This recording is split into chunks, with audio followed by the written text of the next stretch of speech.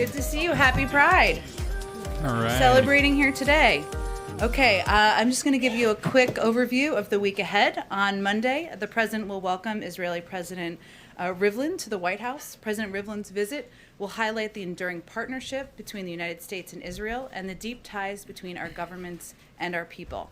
As President Rivlin approaches the end of his term, the visit will honor the dedication he has shown to strengthening the friendship between the two countries over the course of many years. On Tuesday, the president will travel to Southwest Wisconsin with Secretary of Agriculture Tom Vilsack to talk about growing agriculture and rural economies. On Wednesday, he will convene cabinet officials, governors from western states, and private sector partners to discuss the devastating intersection of drought, heat, and wildfires in the western United States, and strengthening prevention, preparedness, and response efforts for this wildfire season, which is already outpacing last season alone. The 2020 wildfire season alone burned over 10 million acres across the United States, resulting in the loss of dozens of lives and tens of billions of dollars in economic damage. This meeting will focus on how the federal government can most effectively protect public safety and deliver assistance to our people in times of urgent need. And on Friday, the president will also deliver remarks on the June jobs report. Next week, even while all of this is going on, a busy week, the president will also continue to work and engage closely with members of Congress about moving his agenda forward, whether it's the bipartisan infrastructure agreement just announced yesterday or the budget reconciliation process that's also moving forward. And he will continue to on his work to protect the sacred right to vote. You'll hear from him next week on that. We're still finalizing the details, and he's been engaged in that work through his career, so you'll hear more from him on that next week. I'd also note, so I don't forget, today is Jerome's last day in the White House briefing room as a White House correspondent, so thank you to your service to the public over the last several years. All right, why don't we kick it off, Darlene? Thank you, Jen. Thanks, Darlene. Is the infrastructure agreement already stuck in a pothole? You worked hard on that. I like it. Absolutely not. You worked hard on in that. our view. The president is continuing to, as he said yesterday, there's work ahead. There's no question about that. But yesterday was a significant moment when you saw Democrats and Republicans and the President of the United States stand outside together and say, we've come to agreement to work toward passing a historic investment in infrastructure, one that would have, I just have this handy chart up here, I thought someone might ask about this, would have key components that would help communities across the country. And I talked with him about this morning, what he was most excited about, what he's going to continue, what his message is going to be as he continues to advocate for this bill moving forward. One is the significant economic impact. It's going to help create millions of good-paying union jobs. It will also have a huge impact on low-income communities, on communities of color. It will eliminate lead pipes to stop kids from drinking poison water. Flint, Michigan should not be so far away that we don't remember the impact on that community. This is a part of this package will help prevent that from ever happening again. It includes the single largest investment in environmental remediation in history. What does that mean? A lot of people at home don't know what that means, so I'm going to explain it. And it's 100% of what he asked for. It means cleaning up pollution in communities that have disproportionately borne the brunt of environmental pollution. It also means capping wells where big oil companies left wells uncapped with methane pouring out.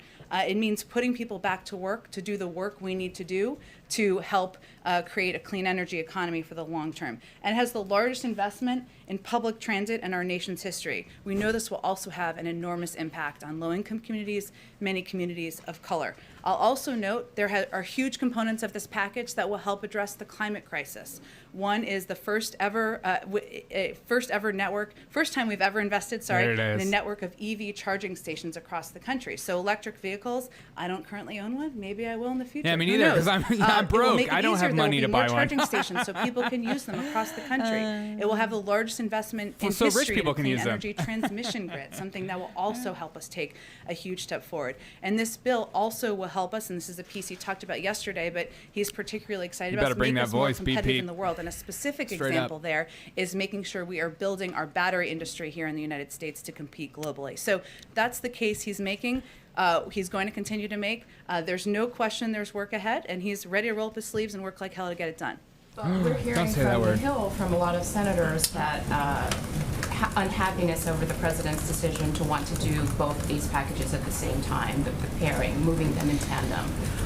When senators agreed to this deal, was the White House upfront with them that this was the way the president wanted to proceed? Well, first, you all have Their heard microphones the are president say so multiple aggressive. times publicly that he was going to move these bills forward, wanted to move them forward in parallel paths, and that's exactly what's happening. That hasn't been a secret. He hasn't said it quietly. He hasn't even whispered it. He said it very much out loud to all of you, as we have said many times from here. I will say that the president's view is that the public, the American people, elected him to not lead on process, but to get things done. The House and Senate are going to determine, the leaders in the House and Senate are going to determine the sequencing, the timeline, and he looks forward to signing both pieces of legislation. One other quick one. Yeah. What is the plan for, Ask as many as you like. After Derek Chauvin is sentenced? Do you expect the president will call George Floyd's family, be in touch with them after the sentence is It's a great question, Darlene. I don't have any. Is that a good question? That's a stupid question. Who cares? For you, I guess I should say at this point, we'll wait for the sentencing to come family out. As you know, time. he has a close personal connection with the Floyd family. He's like pretty much besties with them, even though the George Floyd family didn't really wasn't that close to George Floyd. To visit Surfside to see the devastation for himself? Well, I would say first that any decision along those lines would be done in coordination and cooperation with local authorities. As you know, and you all have been covering this closely, right now we're in a rescue and recovery phase of this, and there have been frequent updates from local authorities on the ground. So I don't have any trip to preview or predict for you at this point in time. How did the Vice President choose El Paso as the location for good question. first Here we trip go. to the border as Vice President? It's a great question. I was interested in that as well, so we looked into it. Yeah, because it makes no sense. That El Paso has an interesting history, as you may know, because it was the place where the former president it was a base place of where he put in place some of his immigration policies that we felt here we were go. so We're going to talk about Trump. We're not going to So answer the question. It's a place that has a little bit of historical connection in that regard, and it's an opportunity to draw a bit of a contrast with what we're trying to accomplish. Can you give us any details about the three What? staffers in the That was Vice your President's answer? office who are leaving? And what should we take from the fact that you have several key staffers who are leaving this early in the administration? I just don't have any more details on the circumstances. Yeah, we don't want to of talk their about that departure. because as those you staffers may know, hate Kamala. these are sometimes high stress jobs, tiring jobs, exhausting jobs, but I don't have anything more specific on their decisions. Go ahead. Following up on Surfside, if I can, very quickly. Surfside. No details about whether he plans to travel there. Has the president now spoken to Florida Governor Ron DeSantis about the circumstances? We're working to set up a call between the president and the governor that should be happening this afternoon, and we'll give you all a readout of that when it happens. We'll wait for that readout when it happens. The president yesterday spoke about voting rights and what he would be doing. He said, quote, "I'll be going around the country making the case." So he announced it. What specifically is he doing? Where is he going? And what is that going to look like? Stay Wow, tuned. real I don't have questions. any specific visits to announce for you yet, but this is going to be a fight of his presidency. He believes that voting is a fundamental right for the American my God, people. everyone He's has gonna the right use to every vote. lever at his disposal Just bring to your ID. advocate for that. You'll hear more from him next week as well. The DOJ announcement today that they would be filing this lawsuit against Georgia, given what's going on with their election law Oh my there. Did the White gosh. House play a role in that? Did the president consult anybody? Does he have any thought on it? Jen does hate We her did job. not. That was an announcement they made on their own. But I would it certainly love is the press consistent with the to be the president's in charge of commitment press. to the administration and the guidance Secretary he's given of Press or publicly whatever. and directly to use every I would lever give at it our right back disposal to them. ensure we are protecting the fundamental right to vote across the country.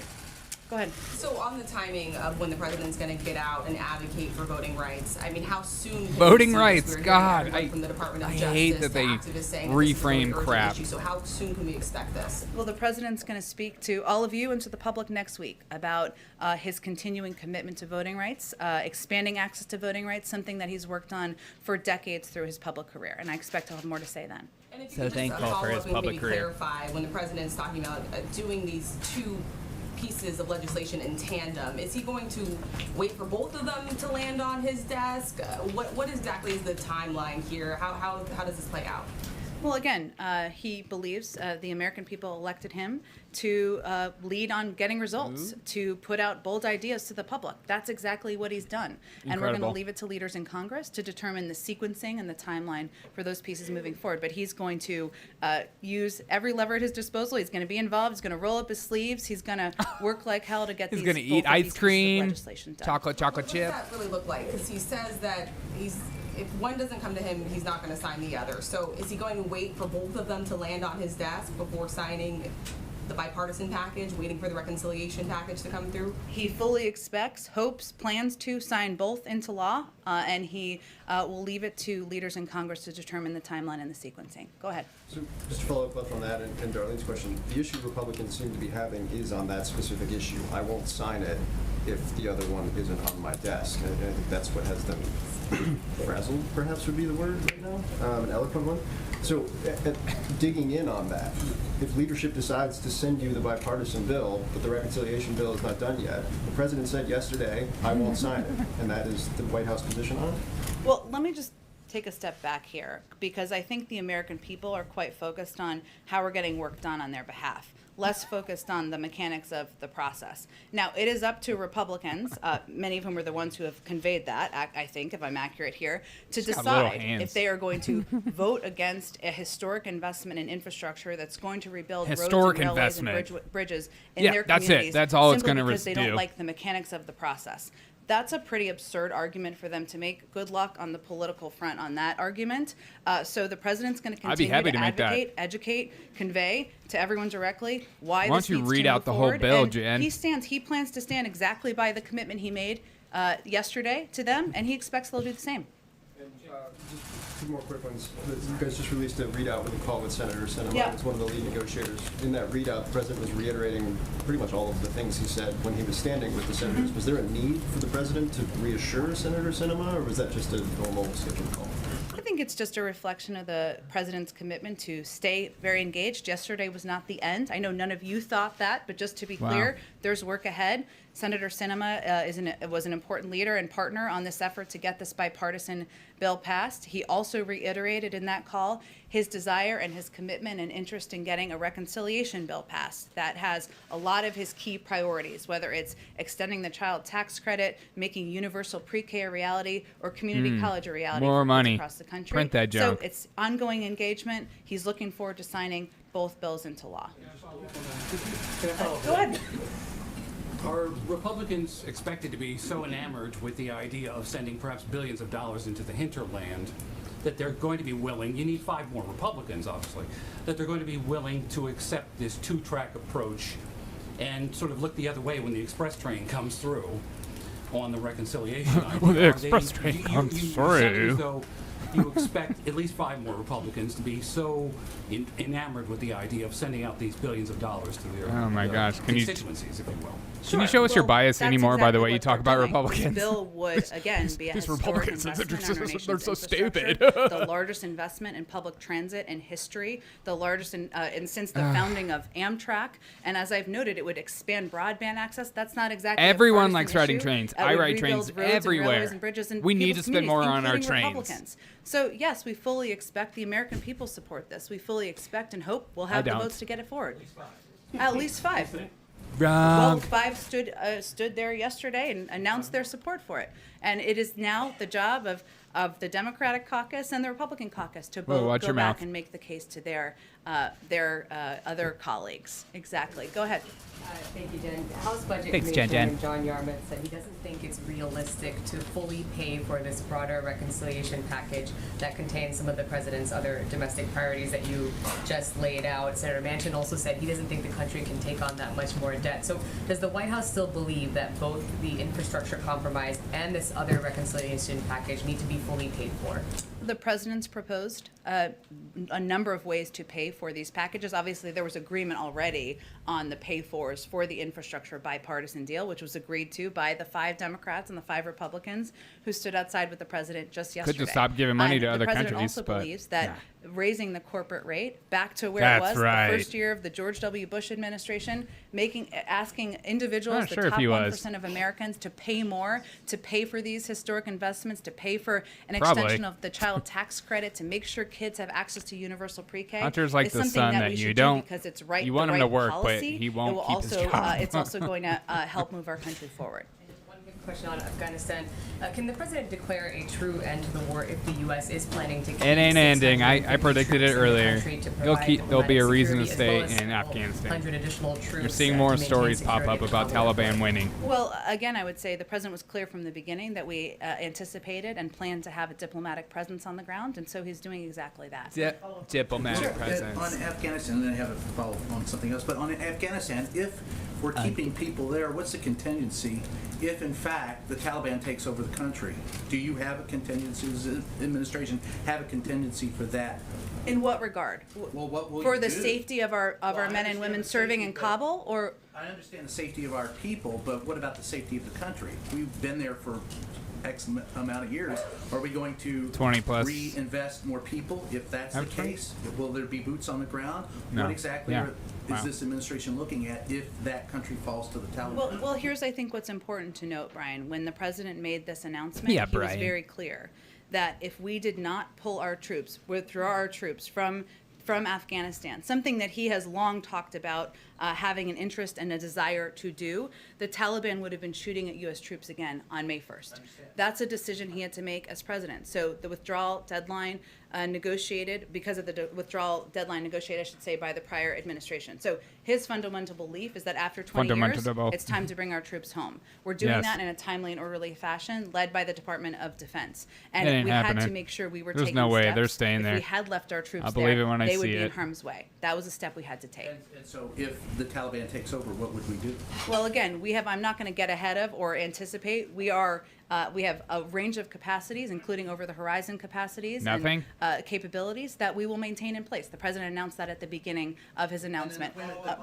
Follow-up, the other question is this administration prepared for? We've heard rumblings from the former president and his supporters about August and the inevitability of him being reinstated. Is this administration prepared to meet the challenge if, in fact, they press that issue in August? I mean, we've already seen an insurrection with this administration's actions. If that is pressed in August. Absolutely, more governmental surveillance. To continue to govern and lead the United States of America, and of course, should there be an elevation and escalation, that is something we would certainly monitor and track. Let it go. Reconciliation. Before the president made this statement yesterday, had there been any understanding between the president and the GOP senators who were negotiating that these two deals would come in tandem? Had the Republican senators expressed an understanding to the president that that would happen? Well, Jackie, I think the point I was trying to make earlier is that it's something the president stated publicly many times, and certainly he was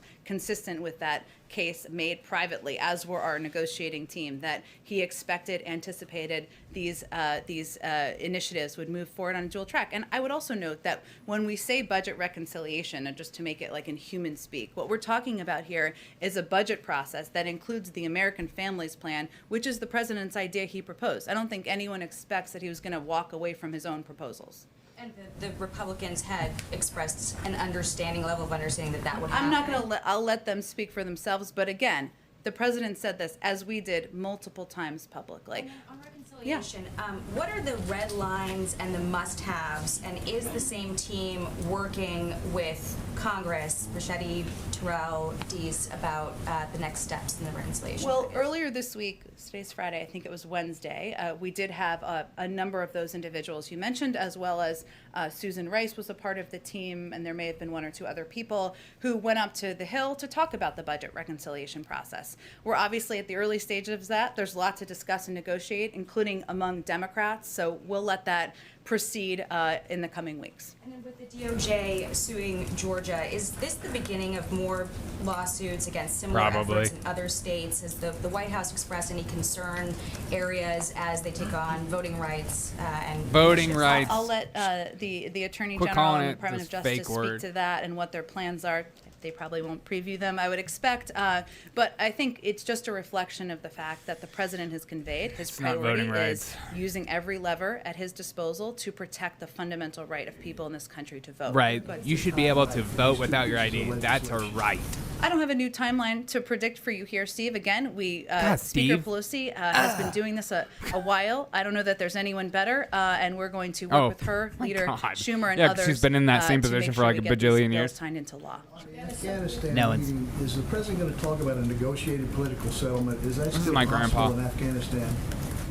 A political path forward is certainly one that we continue to support. We have a negotiator, as you well know, who is monitoring and closely engaged in that process, and so that is certainly ongoing and will be a part of the agenda. Go ahead. Thank you. On Afghanistan, in terms of SIV applicants, the president said yesterday this would be a topic in the meeting today. Could you imagine being sitting behind this guy's hair? Hey, will you flatten that hair for me real quick? I can't see behind you. Those who have already fled this guy should be forced to be in the. No, I don't want to say it because that might sound racist. But if you have if your hair is like this information on tall, where we are, and it's unfortunately not going to answer every single question. Some of this we're not going to be able to outline for security reasons. But we have identified a group of SIV applicants, special immigrant visa applicants, who have served as interpreters and translators, as well as other at-risk categories who have assisted us. They will be relocated to a location outside of Afghanistan before we complete our military drawdown by September. In order to complete the visa application process. So they will do it from another location. The additional details of that, I'm just not going to be able to speak to from here. Did you say a number, though, on I don't have a number to outline for you, and it's unlikely we will, because we are going to, those are the categories that we are prioritizing. I'd also note that these are individuals who are already in the SIV pipeline, and so we'd undertake any relocation in full compliance with U.S. law. And just a follow-up. I know I've asked about this a good amount, but from my colleagues as well. We reported yesterday that the administration would lift Title 42 in a phased approach this summer. Does this summer look likely? And here's a new addition to that question. What will be the administration's plan once that policy is lifted? Will it be centered on deterrence? Will it be prioritizing restoring the asylum system? Well, first I would say on the second part that of course we want to restore the asylum system and we want to make it more operational. We want to make it more humane, and there's a lot of work we need to do after the disaster of the last 4 years on this front. In terms of the last 4 years have been disastrous compared to this. I know I keep saying this to you, and I apologize. It's the same answer, but that is a decision that will be made by the CDC. Only low information voters don't know. In terms of the timeline. Go ahead, Karen. Go ahead. Jen, Georgia Governor Brian Kemp today accused the president and his allies of weaponizing the Justice Department to undermine election integrity. What's the White House reaction to that? I would say if you have such a fear of making it easier and more accessible for people to vote, then I would ask you what you're so afraid of. Does the White House see the Justice Fair Department elections? as its only real way of going on offense against some of these sweeping efforts across the country to implement voting restrictions, that as opposed to legislation right now? No, we don't. That's a good question. I mean, it is an area where, of course, the Attorney General and some of the as you know, Kristen Clark, Vanita Gupta, some of the highest ranking officials in the Justice Department the president nominated and pushed for their confirmation have long records of advocacy, effectiveness, and work on these issues. So he certainly entrusts them with the work they're going to continue to do on this front. We are going to continue to fight for, battle for, work toward federal legislation. I know it does not seem easy at this time. Hard things, we do hard things. That's what we do here. But we're also going to continue to engage, and this is as it relates to an earlier question, with local activists, with local legislators. You've seen the vice president do a bit of this, engage with and work with them. We're going to, she's doing great work. Fight this fight on many fronts. Keep putting the camera in front of her, please. The role that the Attorney General and the Justice Department may decide to take is one, but there are a number of other ways the president, the vice president, and our administration will be continuing to fight for voting rights. Go ahead, right in the middle. Today on the anniversary of Shelby versus Holder, you have over 25 buses coming in between today and tomorrow on these freedom rides being led by Black Voters Matter. Has anyone from the administration Black spoken Voters with them? I know Matter? they're going to be That's holding a- a news conference I later didn't on know that. today, Yeah. but have you reached out to them? That's a great question. I'll have to talk to our outreach team and some other senior members of the team to see if they have been engaged directly with them. I don't know if So they when may. it comes to the president trying to lower crime rate in the midst of this spike, there have been many reports showing that putting money, adding more money to police departments does not necessarily correlate with lowering crime. Why did the president decide to do that, or instead of attaching it within the order to having the police departments have some type of system where they have to do something in order to receive that type of money? Well, first I would say that the president, Do you even know and what we question you're saw asking? some positive steps forward just yesterday on police reform and the negotiations. That's certainly a positive step. The president believes we need to do both. And most people in most communities across the country where there's rising crime agree. And what the president announced just a couple of days ago was primarily a plan to reduce gun violence, which he feels is a big driver of violence across the country. Illegal but criminals. I would say community policing and They're not going gonna to follow that your we've seen laws, as effective, building trust in Jen. communities, ensuring that why they that call law it a enforcement are working on crime. behalf of communities. That's what he was proposing funding to go towards. That is different than a step as it relates to the criminal justice system. If you're going to talk back about creating a police oversight commission. Well, I think a number of activists have conveyed Like that a is not their preference. federal for the path military forward. that's they in want to charge see this of legislation the move forward. police? We've seen some progress on that front, so that's where we're going to put wonder the what that's basket. We're going to called. put our eggs. Go ahead in the middle.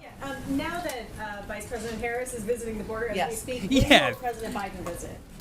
I don't have anything to I don't predict know, for but you or she's preview not for going you. As anywhere the president near said, the the Rio vice president said back Grande in March she'd be open to Valley. visiting the border, and if it's constructive and moves the ball forward for the president to visit it, I'm sure he may. But we come with a bunch of people, as you all know. On voting rights, Whoa. I just want to be clear.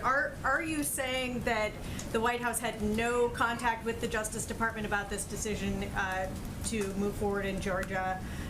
Is the Justice Department completely independent on this? No, I'm or not. is this It's part of the it's a White House? priority to the president. And yes, of course, we are allowed to know. But it is. I was not meaning to convey that. But it is a decision made by the Justice Department to move forward. But clearly a priority of the president to Yes, beep, take beep. Get action rid of the wherever we can spoons. in government to make it more accessible to vote for people across the country. Go ahead.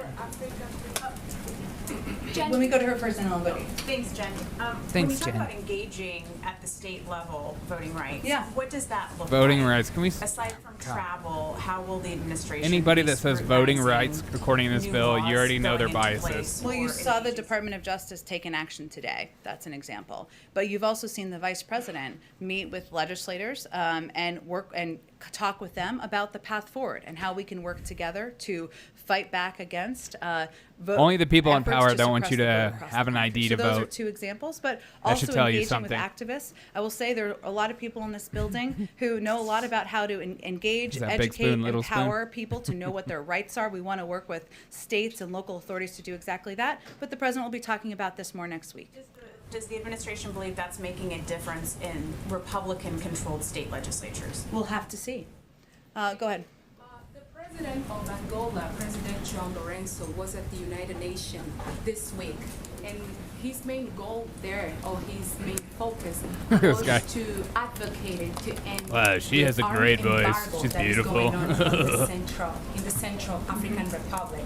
And President Lourenço is now the acting president of the International Conference on the Great Lake region. So he knows the area. That's a good He question, has right? done That's a good question, to yeah. bring peace and security in this region. That's why he advocated strongly to end the embargo. But the United States wants to continue the embargo. Do you know what is the main reason, or what is the interest of the United States to keep the embargo on the Central African Republic? I'd really point you to our UN ambassador, Linda Thomas Greenfield, or the State Department for that question. Go ahead. I just have one. I think we have to move on. Go ahead.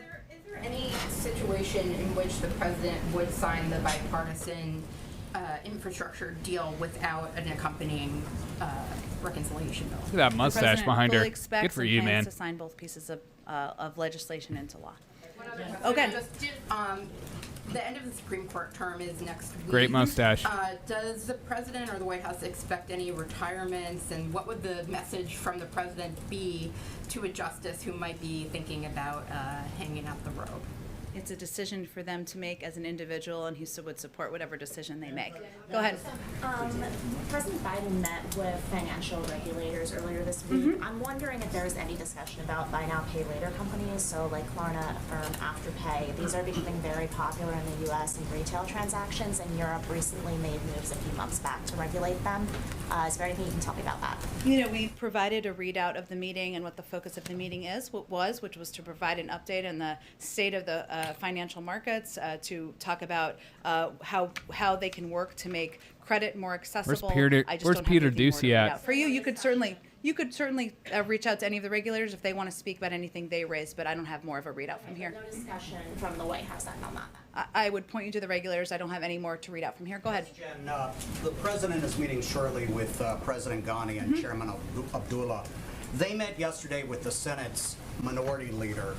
And after that meeting, he called for a reversal of course by this administration to avoid a Taliban takeover of Afghanistan. Big Mike? Contending that'll give rise to renewed terrorism threats to always the U.S. Always a drug homeland. field chat. What is your response to Senator McConnell on that? I would first say it's important to take a step back and remember what we inherited. One, the lowest number of U.S. and partner forces in Afghanistan since the early days of the war.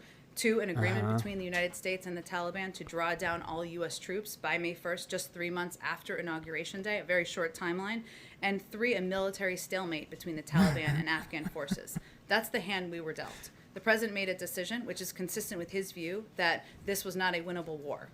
To bring the U.S. troops home after 20 years of fighting this war. And a big part of that decision was also around the fact that if we left our troops there, our troops would be at risk because the Taliban would be shooting them by May 1st. That's the basis of it. Are there challenges to it? Can't you say the same thing about will we continue September? to be engaged, as is today is evidence they're gonna stay with in the government about how we can continue to provide find a way. humanitarian security support? Yes, we will. Will we have a presence on the ground? Yes, we will. Exactly. But that was a decision all my the liberal president friends made, are pretending like with all of we're those going to get out of factors involved. Afghanistan, and they're like celebrating. Oh, it's like, hello, Doyle. How are you? And they'll forget about the story. Good to see you. Quick two questions, please. One on U.S.-India relations, of course. Prime Minister Modi have spoken with President Biden a number of Beautiful times. hair. And have they, at the level of moving forward U.S.-India relations now between the two of them, and as far as vaccine is concerned, and where do we stand?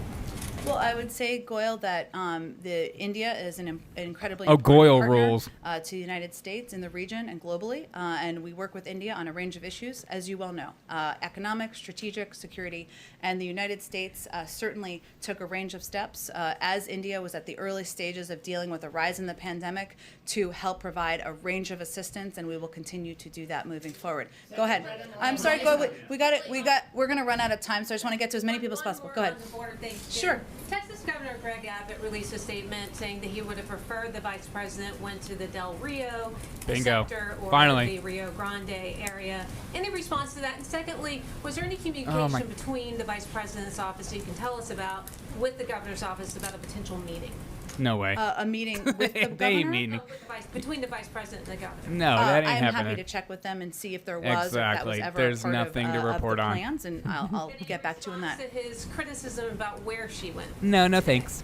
Well, I would say the purpose of the vice president's visit, as we've outlined, was to, she's long said she would be open to visiting the border. She's doing that with Secretary Mayorkas, who oversees the Go border to the right and place. has helped lead a range of progress there that we've seen over the last couple of months. And there certainly is a connection between the important work the vice president's doing in the Northern Triangle, where we've also seen a reduction in migration of unaccompanied Why don't you go to the children root cause since at the March and border? since April. So that's the Miss purpose Root cause. of their visit. In terms of direct consultation with the governor, I'm happy to check and see if there's more I can read out for you. Go ahead in the middle, in the back. Thanks. Yeah, go ahead, and then I'll go to.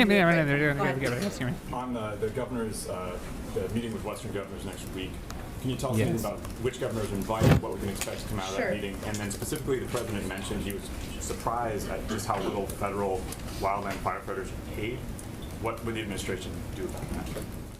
Well, one, we could pass a federal minimum wage, which would represent a higher wage than it seems the firefighters are getting. But certainly he will continue to advocate firefighters for making below minimum wage, additional apparently. support and assistance for the men and women serving as firefighters around the country. Let me give you a sense of the governor's coming. So the meeting first will focus on how the federal government can improve wildfire preparedness and response efforts, protect public safety, and deliver Apparently assistance just pay to the firefighters our people more in times of urgent need. wildfires As will go down. a former local elected official himself, maybe he will always Government feel logic. that way in his heart, I think. He feels it's really important to engage directly, sit with people as you can, either remotely or in person, to really discuss what the holdups are, what the challenges are, how can we help be better partners from the federal government. So this is an example of that. Governor Kate Brown, Governor of Oregon, Governor of California Gavin Newsom, Governor of New Mexico Michelle Lujan Grisham, Governor of Wyoming Mark Gordon, Governor of Colorado Jared Polis, Governor of Utah Spencer Cox, and Governor of Nevada Steve Sisolak will be the governors who will be in attendance. That Governor Little and Governor Jim Forte are not invited? That's the list of attendees I have. I can certainly check if there's more on who or was or wasn't invited. Oh, go ahead. I said I don't want to say it. We'll make sure we get to you, I promise. Go ahead. Can you offer more specifics about what the president and the White House will do over the next week to continue to boost support for this infrastructure bill? Can we expect him to be on the phone with Republicans that have expressed concerns about his comments yesterday, or? You can expect, as is evidenced by the fact that he had a conversation with Senator Sinema. Ugh, it's a Friday. It's a hard one. Senator Sinema this morning, that he will, of course, be on the phone, and he will be engaging directly with members of both parties about moving his priorities forward. Sometimes that's scheduled or planned a day in advance or the day before, so I don't have more specifics for you, but as they happen, we'll read them out for you. Follow up on that, please. Yeah. Has he called any of the Republican senators today? Obviously, you were mentioning earlier that he's talked about this publicly, what his stance was. There are Republican senators that are surprised by what he said yesterday and are upset, as has been reported. So has he talked to them today, and what is he doing to No, he's not going to talk to them. keep this deal intact? Well, first, I think what he's doing, Anita, is continuing to convey and provide details to the public who care deeply about whether he's delivering conveys for and them, less about the provides mechanics of details the to the public process, very about why well. this should be a package that's supported broadly by Democrats and Republicans. Yeah, exactly. No across questions about Congress. inflation. So that's what I did, certainly at the beginning. And that's No questions the about case inflation he's going because to they think continue to inflation is a good thing. Call any of those senators today, though? I don't have any additional calls to read out. I think, let's see, go ahead. Thanks so much, Jen. First, just following up on an earlier question. Sure. With the special immigrant visa population from Afghanistan, does the United States plan to protect those translators and people who worked for Americans who have already fled Afghanistan and are in different countries currently?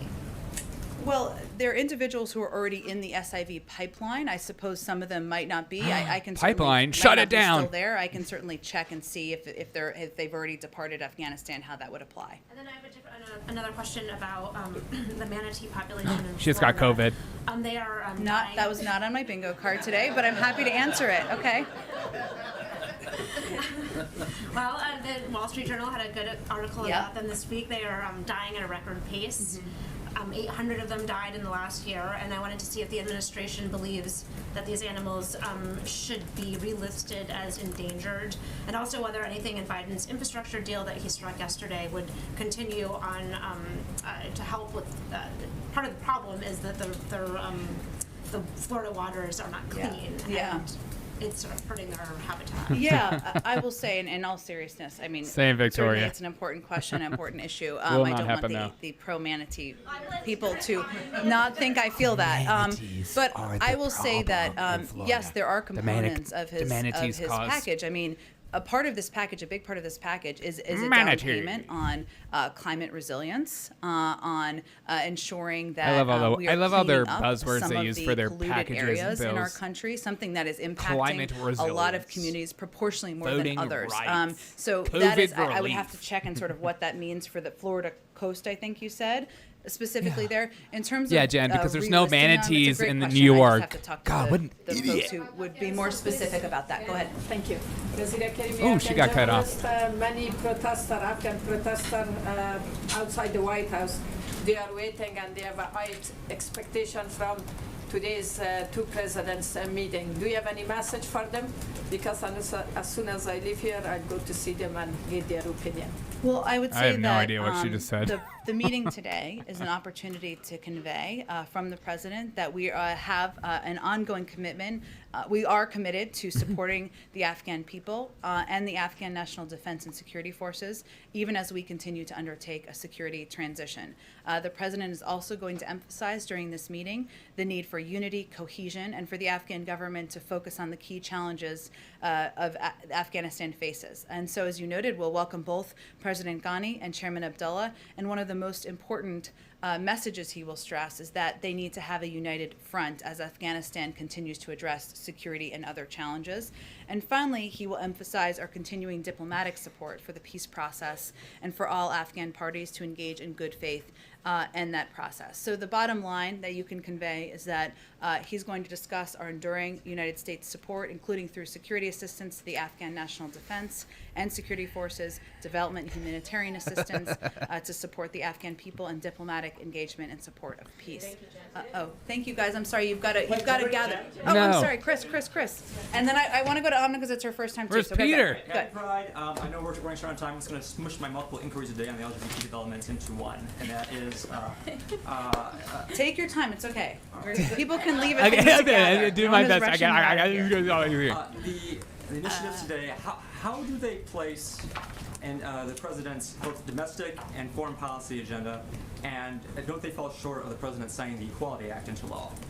Well, let me start with the first one because I think that's an important question. Because what we do here and the values that we advocate for in the United States do send an important message around the world, and sometimes we forget that. So during his remarks today, the president will outline, of course, the historic step his administration has taken, but he will also renew his calls on the Senate to swiftly pass the Equality Act and provide overdue explicit civil rights protections to LGBT people and families across the country. We don't already have laws on the books that discriminate on people. Anti-LGBTQ bills, denouncing them as un-American. I swear, liberals and Democrats think it's like the 1950s and he will commend the community or 60s for their courage and bravery pushing progress forward.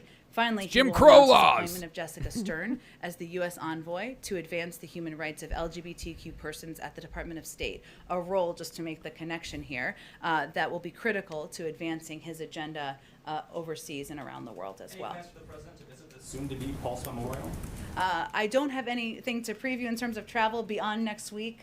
We don't work too far planning around these parts. Take down the memorials. Certainly, the fact that he's signing this legislation today sends a clear message about his commitment to the LGBTQ plus community and to commemorating what was a tragedy in our nation's history. Okay, last one, and then everybody can gather.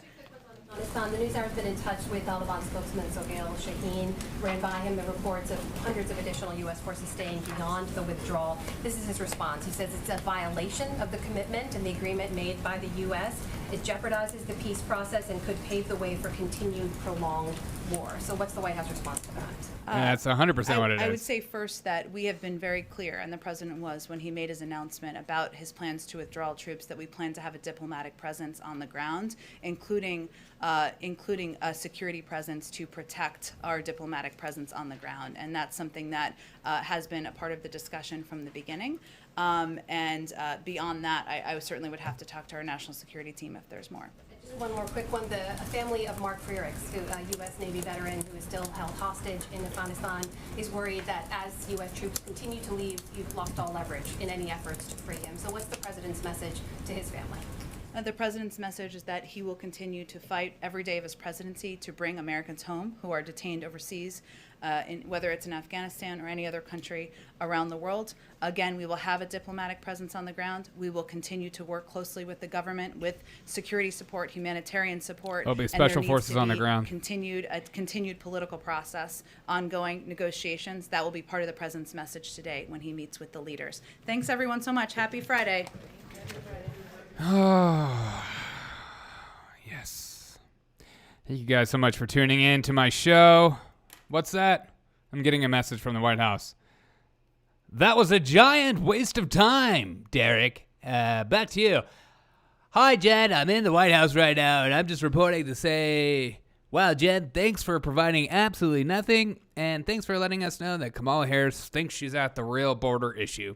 Have a fantastic day, everyone. Check out my last video I did earlier on Kamala Harris and the border thing. The border thing and her lack thereof. Again, I thought she would wait to the hottest point in the summer to finally go out there. It's definitely hot, but I thought she would go out in mid-July and then pretend like she's like, I went to the border. See, there's not that big of a problem because it's so freaking hot outside. Anywho, thanks guys so much for tuning into my show. I got another thing coming out later. Hope you look out for that. Have a fantastic day.